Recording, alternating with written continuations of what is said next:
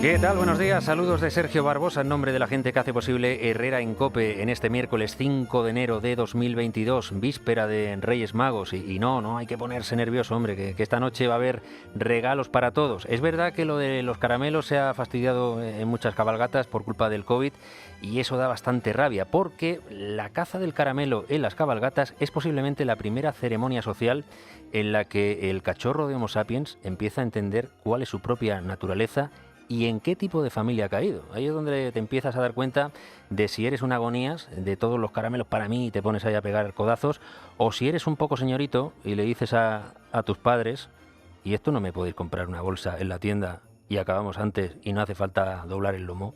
Y luego está la familia, que no es lo mismo tener un padre elegante, de tranquilo, no seas agonías que hay para todos, que el padre killer que se lleva el paraguas para pescar más caramelos y con la otra mano lleva la escalera para ver bien las carrozas y todo lo demás, ¿verdad? En fin, que eso de la Noche de Reyes parece que no, pero lleva mucha sociología encerrada. El caso es que los Reyes Magos, como son grupo burbuja, han hecho las cosas bien y no han caído en cuarentena, con lo cual vamos a vivir otra noche de ilusión, de esa en la que se nos cae la baba, ¿verdad? Viendo cómo disfrutan nuestros enanos. Y recordando un poco también al niño que un día fuimos. El caso es que los que fuimos niños y ahora somos sufridos padres, por lo menos ya sabemos a qué atenernos, al menos de aquí al lunes. Ya lo que pueda pasar a partir del lunes dependerá de lo que suceda con la pandemia, pero de momento Sanidad y las comunidades autónomas han decidido de forma unánime retomar las clases de forma presencial, manteniendo los protocolos que ya había, es decir, todo lo relacionado con la ventilación de las aulas, los grupos burbuja, las mascarillas incluso en el recreo y las cuarentenas. De momento, la única novedad que hay con las cuarentenas es que, en caso de positivo, en la clase, los compañeros no vacunados deberán guardar una cuarentena de tan solo 7 días, en lugar de 10, como hasta ahora. Pero es que, además, ya se ha abierto la puerta a estudiar directamente la eliminación de las cuarentenas. Lo propone el famoso borrador de Sanidad, que deja caer la idea de que en infantil y primaria no se guarde cuarentena, aunque haya un contagio en clase y los niños no estén vacunados. Lo que pasa es que, como estamos en un escenario tan líquido, con un tercio de niños vacunados, pero la mayoría sin vacunar, y sin querer dar a entender, porque no es verdad, que los niños vacunados ya ni contagian ni se contagian, pues se lo han querido tomar con un poquito más de calma. Así que, de momento, la posible eliminación de las cuarentenas por algún positivo que no suponga brote deberá esperar al menos hasta la semana que viene, cuando se reúnan las ponencias que deben tomar la decisión. Está siendo objeto de estudio, de trabajo y de propuesta, y desde que tengamos la propuesta de la ponencia de alertas, en este caso, como también las propuestas que vengan de la ponencia de vacunas, pues serán analizadas y en su caso acordadas por la Comisión de Salud Pública. Pero quiero dejar algo claro, tenemos guías, tenemos protocolos y por tanto son aplicables también en este sentido en el ámbito educativo y universitario. La ministra de Sanidad, Carolina Darias, daba cuenta de la decisión y destacaba que ha sido un acuerdo de país en el que todos los territorios han decidido ir a una para evitar, dice ahora el Gobierno, la volatilidad de medidas que genera incertidumbre, que tiene su miga la cosa, porque ayer tocaba defender las bondades de actuar de forma absolutamente diferente a cómo han gestionado el resto de aspectos de la pandemia. Es decir, cuando les conviene, salen a hacer apología de la gobernanza y lo bonito que es cada territorio aplicando las medidas que considere oportunas, pero ayer, y en esto creemos sinceramente que aciertan, tocaba decir que, hombre, que en cuestiones como esta lo mejor son las decisiones de país y evitar la incertidumbre. Claro, les faltó decir la incertidumbre que hemos provocado y seguimos provocando en todo lo demás. Pero bueno, bien está que los padres sepan a qué atenerse y no se haya cometido la incoherencia de pretender cerrar los colegios mientras en la mayor parte de España se han mantenido abiertas otro tipo de actividades. Ahora, como decimos, falta saber si el estado de las cosas permite que el arranque vaya razonablemente bien o si la alta incidencia del virus provocará demasiados contagios en unos colegios que, hay que recordar, por ellos mismos han demostrado ser un lugar seguro. Otra cosa es que los niños lleven el virus de casa cuando la cosa se complica en general.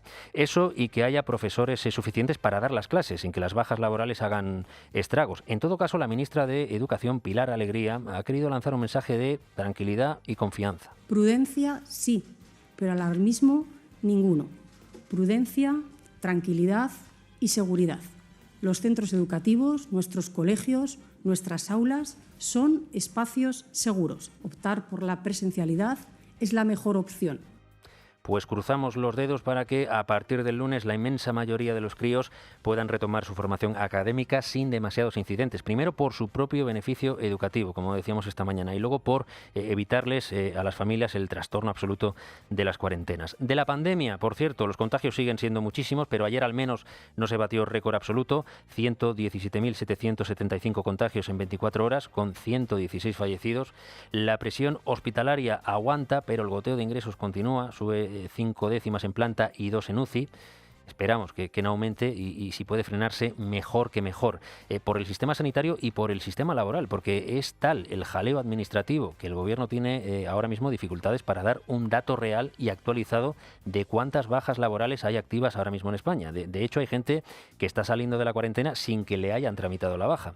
Y miren, hablando de trabajo, hoy también será un día para seguir analizando la letra pequeña de los datos de empleo que nos ha dejado 2021. Unos datos fundamentalmente positivos, porque se ha recuperado el nivel de empleo previo a la pandemia. De hecho, se superan más de 360.000 personas. O dicho de otra manera, en 2021 se crearon 776.000 puestos de trabajo. También es llamativo que estamos rozando los 20 millones de afiliados a la Seguridad Social. ¿Qué es lo que podríamos haber pedido para que la fiesta fuera completa? Pues que no hubiera, como sigue habiendo, 100.000 personas en ERTE, especialmente del sector turístico y de la hostelería, o que, aun recuperando los niveles de empleo anteriores a la pandemia, España siga teniendo 3,1 millones de parados, que sigue siendo muchísimo. Queda también la duda de hasta dónde llegará el rejonazo de ultimísima hora que se llevó el mes de diciembre a cuenta de Omicron, cuando ya estaba prácticamente bajando la persiana del año. A partir del 17 de diciembre la afiliación cayó y en los últimos 9 días del año se destruyeron 187.000 empleos. Otro dato que nos tiene que poner en guardia es que hay 74.000 empresas cotizando menos que a finales de 2019, lo cual nos da pie a hacernos una serie de preguntas, porque es un poco chocante que, estando el PIB 6 puntos por debajo de lo que teníamos antes de la pandemia, el empleo se haya comportado mucho mejor. Y hemos tenido un comportamiento del empleo bastante aceptable, teniendo también en cuenta, por ejemplo, que el gasto de los turistas internacionales fue un 26% inferior que en 2019, o que la producción de automóviles está en horas bajas. Así que algunos se preguntan si la calidad del empleo es la misma que la que teníamos antes de la pandemia, o si, por ejemplo, la contratación pública está maquillando demasiado los datos de empleo. Si la creatividad estadística está maquillando que hay todavía afiliados sin empleo o parados en curso de formación que no cuentan oficialmente como parados, o cuál es la situación real del sector privado, porque el sector industrial no está tirando lo que debería. En todo caso, luego está también la paradoja política de la lectura del paro. Lo planteaba ayer, sin ir más lejos, la Asociación de Trabajadores Autónomos. Buena noticia los datos de empleo. No solamente tenemos más empleo, menos parados, sino también más autónomos. Lo importante es que hemos conseguido preservar gran parte de la reforma laboral, en un 95% la reforma laboral del año 2012, que son los que en estos momentos están permitiendo estos datos.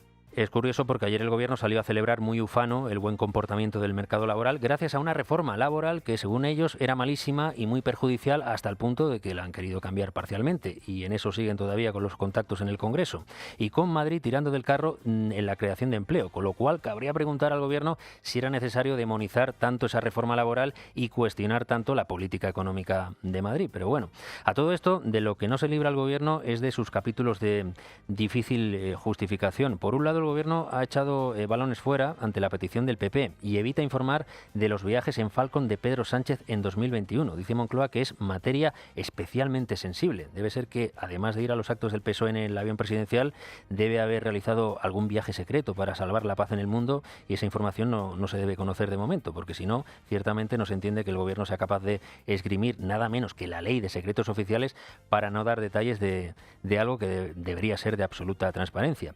Y lo que también provoca muchísimo bochorno es tener un ministro de Consumo que no solo se pasa el día matando moscas con el rabo, sino que cuando puede denigra el buen nombre de España por el mundo, porque eso es lo que hizo Alberto Garzón el pasado 26 de diciembre al conceder una entrevista al diario británico The Guardian para decir, ni corto ni perezoso, que España exporta carne de mala calidad. Esto, un ministro de Consumo español en entrevista a un medio del Reino Unido, que es uno de nuestros principales clientes en el mercado alimentario, y todo por su cruzada contra las grandes granjas de explotación y contra la carne en general. Luego lo ha intentado arreglar diciendo que el periodista resumió sus palabras demasiado y que él solo criticaba la explotación intensiva de ganado en España, pero lo cierto es que un ministro de España ha ido al extranjero a decir que una parte importante de la carne que exportamos es de mala calidad, además de contaminar, de maltratar a los animales, etcétera, etcétera. Con lo cual, este señorito de izquierdas, como lo son todos los que pretenden vivir del cuento del revolucionario profesional / político, que solo quiere comer carne de máxima calidad, le ha faltado el respeto a muchos ganaderos y a muchos veterinarios y profesionales que velan por el cumplimiento escrupuloso de las normas. ¿Alguien se imagina a un ministro británico diciendo en un medio de España que el Reino Unido nos vende lo que sea de mala calidad? ¿A qué es impensable? Y a que si lo hiciera ese ministro británico era fulminado inmediatamente por Londres. Pues eso es lo que ha pedido ya todo un varón socialista como el presidente de Aragón, Javier Lambán, que considera que Garzón ha agredido a una parte importante de la economía aragonesa y que tenerle de ministro es en sí mismo un insulto a la inteligencia. Pero será difícil que Sánchez eche a Garzón porque Garzón es la cuota de Podemos, la que tenemos que sufrir, aunque Garzón haga de las cosas más lamentables que puede hacer un español en esta vida, emular de forma cutre a Antonio Pérez e irte a la pérfida Albión a rajar de España. Dice que mucha de nuestra carne es de mala calidad y lo dice nuestro Antonio Pérez de marca blanca.